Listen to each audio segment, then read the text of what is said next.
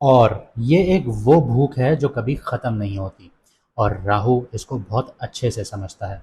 राहु कोई प्लैनेट नहीं है, राहु एक साया है। मून के दो नोड हैं, एक को नॉर्थ नोड कहा जाता है, एक को साउथ नोड कहा जाता है।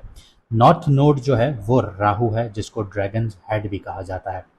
वैदिक एस्ट्रोलॉजी में इसका नाम राहु है। ये भूख पैदा करता है, और इंसान के अंदर वो भूख पैदा करता है जो आखिर में एक जहर की तरह काम करती है। अब आप इसकी मिसाल इस तरह से ले लीजिए कि अगर एक इंसान को पैसे की भूख है और वो पैसा कमाता रहता है, कमाता रहता है, कमाता रहता है, हालांकि उसकी डेली एक्सपेंसेस, डेली नीड्स बहुत आसानी से पूरी हो जाती हैं, लेकिन फिर भी वो लालच करता है और एक दिन उसी लालच के हाथों मारा जाता है। तो इट मीन्स कि ये एक जहर हुआ। आप एक ही खाना रोज़ खाएं, लगातार खाएं, हेल्दी फूड खाएं, लेकिन क्वांटिटी ज़्यादा करना शुरू कर दें, इतनी खाना शुरू कर दें कि आपसे उठा ही ना जाए, तो वो हेल्दी खाना भी आपके लिए जहर बन जाएगा। इसी तरह राहु को पहचानना होता है कि राहु जब आपके अंदर लालच पैदा करता है तो वो रुकता नहीं है। अब राहु जो है वो 2 अगस्त को अपना नक्षत्र चेंज कर चुका है, सुबह 9:58 पर सप्तभिषा नक्षत्र से निकल के धनिष्ठा नक्षत्र में जा चुका है।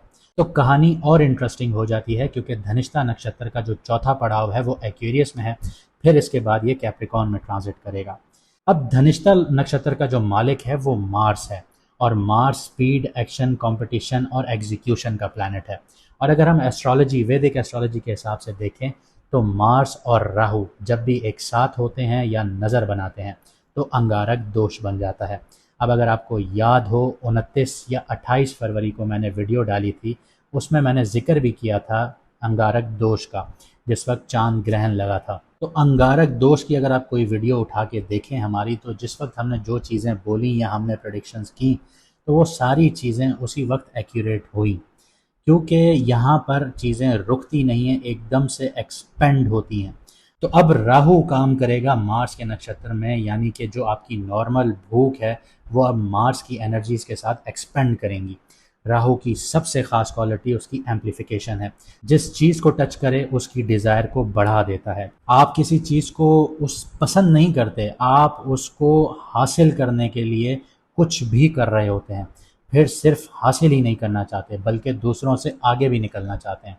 और फिर एक पॉइंट आता है जहां इंसान खुद से पूछता है, मुझे वाकई ये चीज़ चाहिए भी थी, या मैं सिर्फ इसलिए भाग रहा था क्योंकि मुझे लगता था कि मुझे ये हासिल करना है। यही राहु की स्ट्रेंथ भी है और जहर भी है। राहु आपको अनकन्वेंशनल बना सकता है, वो रास्ता आपको दिखाता है जो ट्रेडिशनल लोग शायद कभी भी ना देखते हों या उसको फॉलो करने से डरते हों।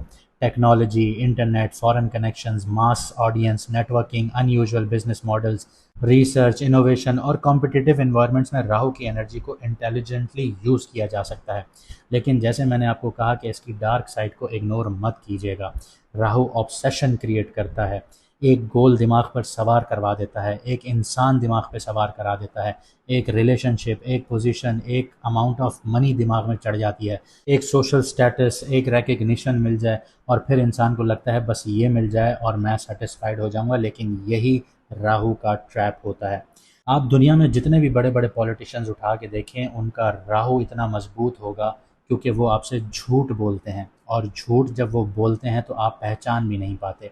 क्यों? जब पॉलिटिशियंस आपको लॉलीपॉप दे रहे होते हैं तो आप बिना देखे, बिना सोचे समझे उनको फॉलो कर रहे होते हैं, ब्लाइंडली फॉलो कर रहे होते हैं। यही राहु की माया है, उसका जाल है। इसीलिए राहु को कंट्रोल करने का तरीका उसकी एनर्जी को दबा देना बिल्कुल भी नहीं है, बल्कि उसको डायरेक्शन देना होता है। और यहाँ धनिष्ठा का जो नक्षत्र है ये बहुत इंपॉर्टेंट हो जाता है। धनिष्ठा नक्षत्र का जो सिंबल है वो रिदम है, अचीवमेंट्स हैं, रिसोर्सेज हैं, मूवमेंट है, और कलेक्टिव सक्सेस से कनेक्ट होता है। इस नक्षत्र में मार्स की एनर्जी होती है एक्शन लेना, compete करना, टारगेट चेस करना, रिजल्ट के लिए मूव करना। इसलिए एक्वेरियस का धनिष्ठा जोन में जो राहु की एनर्जी है, हम उसको सिर्फ डिज़ायर के तौर पर नहीं देखेंगे। यहाँ डिज़ायर को नेटवर्क, टेक्नोलॉजी, सोसाइटी और फ्यूचर ओरिएंटेड गोल्स के थ्रू अचीव करने की कोशिश भी देखेंगे। इसके अलावा एक बहुत इंटरेस्टिंग बात आपको बताऊं, राहु अभी कैप्रिकॉन में एंटर नहीं हुआ, हालांकि धनिष्ठा का जो नेक्स्ट पड़ाव होगा वो कैप्रिकॉन में होगा।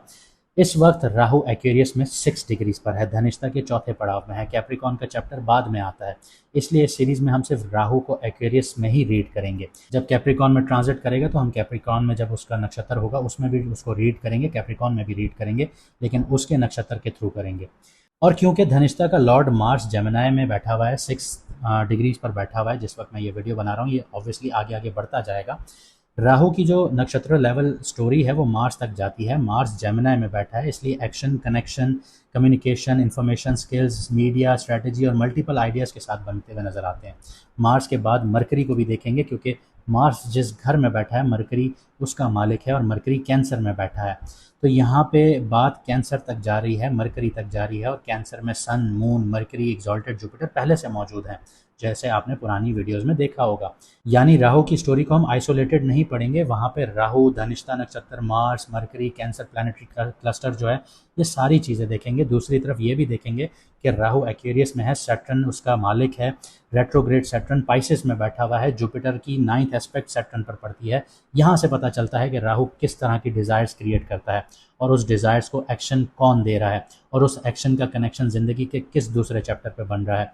इस वजह से ये राहु का जो नक्षत्र चेंज करना है ये बहुत इंपॉर्टेंट है, क्योंकि राहु स्पीड से डिज़ायर क्रिएट करेगा, मार्स उस डिज़ायर को एक्शन देना चाहेगा, लेकिन सैटर्न यहाँ पर सवाल खड़े कर देगा, क्या आप इस चीज़ की रिस्पॉन्सिबिलिटी भी उठा सकेंगे या नहीं, ये बहुत अहम है। और यहाँ पे जुपिटर का भी एक स्टैंड आ जाता है कि जो चीज़ आप हासिल करना चाहते हैं क्या वो वाकई आपकी ग्रोथ के लिए है भी या नहीं, क्योंकि जुपिटर एक्सॉल्टेड है, जुपिटर आपको एक्सपेंड करेगा। एक्सपेंड अगर जुपिटर कर रहा है तो सैटर्न भी कर रहा है, सैटर्न के घर में बैठा राहु है वो भी करेगा। यानी अगले फेज में सिर्फ अपॉर्चुनिटीज़ नहीं आएंगी, चॉइसेस भी आएंगी, और फ़र्क सिर्फ इस बात से पड़ेगा कि आप राहु की भूख को अपना मास्टर बनाते हैं या उस भूख को अपना इंजन बनाते हैं। हम देखेंगे कि एक्वेरियस में धनिष्ठा नक्षत्र का जो राहु है आपके मून साइन के किस हाउस में बैठा हुआ है, और उस हाउस का रियल वर्ल्ड मैटर्स के किस टाइप की हंगर आपके लिए अपॉर्चुनिटीज़, प्रेशर और ट्रांसफॉर्मेशन एक्टिवेट करता है। अगर आपको आपका मून साइन नहीं पता तो कमेंट सेक्शन में अपनी ओरिजिनल डेट ऑफ बर्थ लिखिए, आपको आपका मून साइन बता दिया जाएगा। और अगर आप लोग अपनी पर्सनल कंसल्टेशन लेना चाहते हैं, लाइफ की डायरेक्शन हासिल करना चाहते हैं, करियर कौन सा चूज़ करना है, बिजनेस कौन सा सूटेबल रहेगा, रिलेशनशिप के लिए कुंडलियाँ मैच करवाना चाहते हैं, या फ्यूचर डायरेक्शन के हवाले से पर्सनल कंसल्टेशंस लेना चाहते हैं, और चाहते हैं कि रेमेडीज़ के थ्रू आपकी मुश्किलें आसान होना शुरू हों, तो स्क्रीन पर दिया गया व्हाट्सएप नंबर पर आप मैसेज करके अपॉइंटमेंट हासिल कर सकते हैं। याद रखें कि 50% फीस ऑफ है, लिमिटेड टाइम पीरियड के लिए है, और लिमिटेड स्लॉट्स अवेलेबल हैं। तो अब देखते हैं एक्वेरियस का ये राहु आपके लिए सिर्फ एक नई डिज़ायर लेकर आ रहा है, या वो डिज़ायर आपकी ज़िंदगी की डायरेक्शन भी बदलने जा रहा है। बात करते हैं एक्वेरियस मून साइन वालों की। तो इस वक्त राहु जो है वो आपकी कुंडली के फर्स्ट हाउस में बैठा हुआ है, और राहु जब फर्स्ट हाउस में आता है तो सबसे पहले दुनिया नहीं, इंसान खुद चेंज होना शुरू होता है। आपकी personality, appearance, ambitions, lifestyle, career direction और अपने आप को दुनिया के सामने प्रेजेंट करने का तरीका जो है वो ग्रेजुअली डिफरेंट होना शुरू हो जाता है। आपके अंदर एक स्ट्रॉन्ग फीलिंग आ जाती है, और वो फीलिंग कुछ ऐसी होती है कि इंसान की जो पहली लाइफ चल रही होती है मजबूरी के तहत, या फैमिली की मजबूरी के तहत, या आप ये कह लीजिए कि दबाव के तहत, तो उस सारी चीज़ों को वो चेंज करना शुरू करता है। यहाँ राहु आपको री इन्वेंशन की तरफ लेकर जाना शुरू करता है। करियर जो है वो चेंज होने के ख्यालात आना शुरू हो जाते हैं, अपना बिजनेस स्टार्ट करने के आइडियाज़ आना शुरू हो जाते हैं, पर्सनल ब्रांड बनाना शुरू हो जाता है इंसान, नई स्किल्स सीखता है, सोशल सर्कल कंप्लीटली चेंज करता है, डिफरेंट सिटी या कंट्रीज़ में मूव करना शुरू करता है, अपनी अपीयरेंस और लाइफस्टाइल तक को ट्रांसफॉर्म करता है। आपको अपनी पुरानी आइडेंटिटी छोटी लगने लग जाती है, और धनिष्ठा नक्षत्र का जो मार्स है, यानी उसका जो रूलर है, उसका जो लॉर्ड है, वो इस ट्रांसफॉर्मेशन को सिर्फ थॉट्स नहीं रहने देता, एक्शन लेने तक की अर्जेंसी क्रिएट कर देता है। लेकिन एक्वेरियस के लिए सबसे इंपॉर्टेंट वार्निंग ये भी है कि हर नई जो आइडेंटिटी है आपकी असली आइडेंटिटी नहीं होती, क्योंकि इंसान को अपनी रूट्स नहीं भूलनी चाहिए। राहु फर्स्ट हाउस में आपको एक्सपेरिमेंट करने की हिम्मत देता है, लेकिन कभी कभी इंसान एक चीज़ को एक के बाद चेंज करना शुरू करता है, एक के बाद एक और चेंज करना शुरू करता है, करियर बदलता है, बिजनेस बदलता है, सिटी बदलता है, सर्कल बदलता है, लेकिन अंदर से फिर भी वही डिससेटिस्फैक्शन रहती है।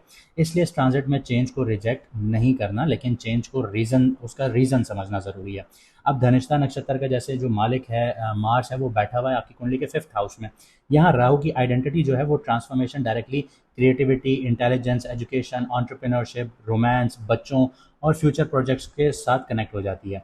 रियल वर्ल्ड में अगर मैं इसको देखूं, या आपको इलेबोरेट करूं तो ये प्लेसमेंट किसी एक्यूरियस नेटिव को अपनी क्रिएटिविटी को सीरियस लेने पर मजबूर कर देती है। जो आइडिया पहले हॉबी था अब वो बिजनेस बन सकता है। जो स्किल्स सिर्फ पर्सनल इंटरेस्ट थी उसे मोनेटाइज करने के थॉट्स आ सकते हैं। कंटेंट क्रिएशन, एजुकेशन, कंसल्टिंग या entertainment, design, technology, trading, entrepreneurship, इनमें नए एक्सपेरिमेंट शुरू हो जाते हैं और लाइफ कंप्लीटली चेंज होना शुरू होती है अपने फैमिली के लिए, फैमिली के थ्रू, बच्चों के थ्रू, अपने फ्यूचर पार्टनर के थ्रू या अपने पार्टनर के थ्रू आप कह लीजिए। अगर आपके दिमाग में कोई प्रोजेक्ट काफ़ी अरसे से है और आप उसे कभी ये कह लीजिए कि बाद में करने वाला एक थॉट रखते थे, तो राहु धनिष्ठा नक्षत्र में होने की वजह से अभी उस पर एक्शन लेने की तरफ पुश करवाएगा। लेकिन यहाँ ये भी याद रखिए कि फिफ्थ हाउस में स्पेकुलेशंस भी होती हैं, तो इसलिए high risk investments, gambling type behaviour, impulsive trading या सिर्फ एक्साइटमेंट पर बेस्ड फाइनेंशियल डिसीजंस में आपको एहतियात करनी होगी। राहु फर्स्ट हाउस में कॉन्फिडेंस को एम्पलीफाई तो कर देता है और फिफ्थ हाउस का बैठा जो मार्स है वो रिस्क टेकिंग एबिलिटीज़ को एक्टिवेट कर देता है। तो यहाँ पे थोड़ा सा एहतियात से आपको चलना होगा। कॉन्फिडेंस और ओवर कॉन्फिडेंस के दरमियान एक बहुत पतली सी लाइन होती है, इसको आपको समझना होगा। अब मार्स के डिस्पोजिटर को देखें तो मरकरी है। मरकरी आपकी कुंडली के सिक्स्थ हाउस में बैठा है, यानी मार्स जिस घर में बैठा है उसका मालिक मरकरी है और मरकरी आपके सिक्स्थ हाउस में बैठा है। और मरकरी के साथ वहाँ पे सन, मून और एग्जॉल्टेड जुपिटर भी मौजूद है। यहाँ राहु की जो personal reinvention directly job, competition, work place, health, routine, dates और आपके प्रॉब्लम सॉल्विंग्स पर कनेक्ट हो जाती है, क्योंकि सिक्स्थ हाउस यहाँ पे कनेक्ट हो जाता है। मतलब अगर आप अपनी आइडेंटिटी चेंज करना चाहते हैं तो सिर्फ अपीयरेंस या टाइटल चेंज करना इनफ नहीं होगा। यहाँ पे आपको अपना डेली सिस्टम भी चेंज करना पड़ेगा, अपनी रूटीन चेंज करनी पड़ेगी।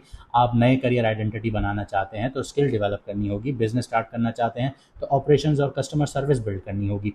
कंटेंट क्रिएशन करना चाहते हैं तो कंसिस्टेंट पब्लिशिंग स्केड्यूल बनाना होगा। फिटनेस इंप्रूव करनी है तो डेली रूटीन चेंज करनी होगी। यानी राहु जो है वो फर्स्ट हाउस में बैठ के विजन दे रहा है, लेकिन जो मर्क्यूरी है आपके सिक्स्थ हाउस का, उस विजन को रूटीन और वर्क में कन्वर्ट करने की डिमांड करता है। और यहाँ एग्जॉल्टेड जुपिटर जो है वो सिक्स्थ हाउस में है, इसलिए सिर्फ ये सोचना भी गलत होगा कि जुपिटर एग्जॉल्टेड है तो सब कुछ अच्छा होगा, क्योंकि जुपिटर की एक नेचर है, वो एक्सपेंड करता है रिगार्डलेस ऑफ अच्छा या बुरा।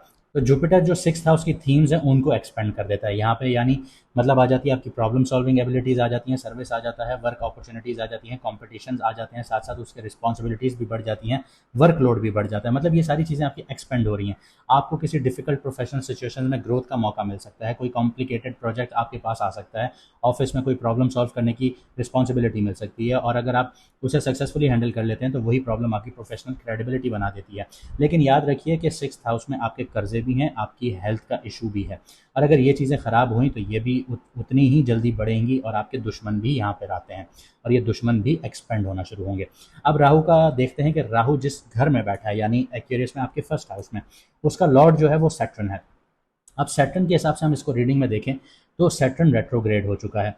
अब वो मैंने आपको बताया था वो आपकी कुंडली के सेकंड हाउस में है। सैटर्न रेट्रोग्रेड की सीरीज में आप देख सकते हैं, यानी जो आइडेंटिटी ट्रांसफॉर्मेशन राहु आपको दे रहा है, फर्स्ट हाउस में कर रहा है, उसका फाइनल टेस्ट जो होगा वो पैसे, सेविंग्स, फैमिली रिस्पॉन्सिबिलिटी, स्पीच और आपकी फाइनेंशियल सिक्योरिटी पर होगा। आप अपनी लाइफ चेंज करना चाहते हैं, लेकिन क्या आप उस चेंज को फाइनेंशियली सपोर्ट भी कर सकते हैं? आप जॉब छोड़कर बिजनेस करना चाहते हैं, एमरजेंसी फंड्स हैं आपके पास, आप फॉरेन मूव करना चाहते हैं, फाइनेंशियल रनवे है आपके पास, आप फुल टाइम कंटेंट क्रिएटर बनना चाहते हैं, इनकम मॉडल जो है वो आपका सस्टेनेबल है, ये सारी चीज़ें यहाँ पे सवालात खड़े हो जाते हैं। रेट्रोग्रेड सैटर्न जो है इसकी वजह से पुरानी जो फाइनेंशियल रिस्पॉन्सिबिलिटीज़ हैं या फैमिली मैटर्स हैं वो दोबारा सामने आ सकते हैं। आपको किसी पुराने कर्ज या फैमिली प्रॉब्लम या फैमिली कमिटमेंट को रीस्ट्रक्चर करना पड़ सकता है, लेकिन सैटर्न यहाँ पे पनिशमेंट नहीं देता, वो आपकी फाइनेंशियल फाउंडेशन को मैच्योर करता है। और अगर आप मैच्योरिटी तब भी नहीं सीखते तो फिर ये आपके साथ एक लूप में चैप्टर चलता रहेगा। और एग्जॉल्टेड जुपिटर जैसे मैंने आपको बताया आपके सिक्स्थ हाउस में कैंसर में ही बैठा है, वहाँ से नाइन्थ एस्पेक्ट से सैटर्न को देख रहा है जो आपके फर्स्ट हाउस में बैठा है। तो इस कनेक्शन से जो वर्क और इनकम का दरमियान स्ट्रॉन्ग एक ब्रिज बना देता है।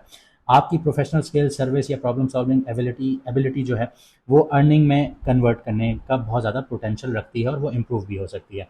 अगर आप जॉब में हैं तो एक्स्ट्रा रिस्पॉन्सिबिलिटी जो है वो फ्यूचर इनकम ग्रोथ का फाउंडेशन बना देती है। अगर बिजनेस में हैं तो किसी डिफिकल्ट क्लाइंट प्रॉब्लम को सॉल्व करके लॉन्ग टर्म क्लाइंट रिलेशनशिप बना सकते हैं। अगर फ्रीलांसिंग करते हैं तो किसी स्पेशलाइज्ड स्किल की डिमांड जो है आपको बेहतर पेइंग मार्केट तक लेकर जा सकती है। फाइनेंशियली ये ट्रांजिट आपको एक इंपॉर्टेंट डिस्टिंक्शन सिखाता है, मैं कितना कमा सकता हूँ और मैं कितना रिटेन कर सकता हूँ। ये दो बड़े अहम सवाल हैं, दोनों अलग क्वेश्चन हैं, इनका आपको जवाब खुद ढूंढना है। राहु फर्स्ट हाउस में जो है वो इनकम और लाइफस्टाइल दोनों को अपग्रेड करने की डिज़ायर करता है। आपको अच्छी गाड़ी चाहिए, अच्छा घर चाहिए, अच्छे गैजेट्स चाहिए, प्रीमियम लाइफस्टाइल की क्रेविंग हो सकती है। लेकिन सैटर्न सेकंड हाउस में यही आपसे सवाल करता है कि अपग्रेड के साथ फाइनेंशियल रिस्पॉन्सिबिलिटी भी कैलकुलेट की है या नहीं की है। अब आगे बात करूं रिलेशनशिप्स की, तो राहु फर्स्ट हाउस में होने की वजह से आप खुद रिलेशनशिप डायनामिक्स को सेंटर बनाएंगे। आपकी पर्सनैलिटी चेंज होगी तो पार्टनर के साथ इक्वेशन भी चेंज होगी। हो सकता है कि पार्टनर को लगे कि आप पहले से ज़्यादा इंडिपेंडेंट, एम्बिशियस या अनप्रिडिक्टेबल हो गए हैं। और अगर आप लोग सिंगल हैं तो आपकी जो अट्रैक्शन होगी वो किसी क्रिएटिव, इंटेलिजेंट या अनकन्वेंशनल इंसान की तरफ हो सकती है। लेकिन रिलेशनशिप को अपनी आइडेंटिटी का रिप्लेसमेंट मत बनाइएगा। राहु पहले घर में किसी भी इंसान को मेरी मिसिंग पीस समझ के बाद में अनरियलिस्टिक एक्सपेक्टेशंस क्रिएट करवा देता है। हेल्थ के हवाले से बात करूं तो हेल्थ के हवाले से फर्स्ट हाउस का जो राहु होता है वो सेल्फ अवेयरनेस बहुत ज़्यादा बढ़ा देता है, लेकिन रूटीन डिस्टर्ब भी कर देता है, नींद, आपका स्ट्रेस। इसके साथ साथ एक्सेसिव स्क्रीन टाइम भी दे देता है। इरेगुलर मील्स हो जाती है इंसान की, टाइम पे खाना नहीं खा रहा होता, बेवक्ता खाना खा रहा होता है। मेंटल ओवर स्टिमुलेशन जो होती हैं इनको आपको कंट्रोल करना बहुत ज़रूरी होगा इस टाइम पीरियड में। मरकरी और जुपिटर 6th हाउस में है तो इनकी वजह से आपकी डेली रूटीन को आपको बहुत सीरियस लेना होगा, क्योंकि जुपिटर का काम है एक्सपेंड करना। ये आपको लिवर के इशू दे सकता है, फैटी लिवर कर सकता है, मोटापा दे सकता है अगर आपने अपनी रूटीन नहीं बनाई। और मरकरी भी यहाँ पे है तो ये यहाँ पे आपको ये समझ लीजिए कि न्यूरो सिस्टम से रिलेटेड इश्यूज़ दे सकता है। तो इन चीज़ों पर आपको फोकस करना होगा। एंजाइटी वगैरह ट्रिगर हो सकती है, तो इन चीज़ों को कंट्रोल करना होगा। उम्मीद करता हूँ आपको वीडियो पसंद आई होगी। अगर ऐसा है तो लाइक, शेयर, कमेंट ज़रूर कीजिएगा। चैनल को सब्सक्राइब कीजिए। मुझे दीजिए यहाँ से इजाज़त। मिलते हैं अगली वीडियो में सितारों के सफ़र पर।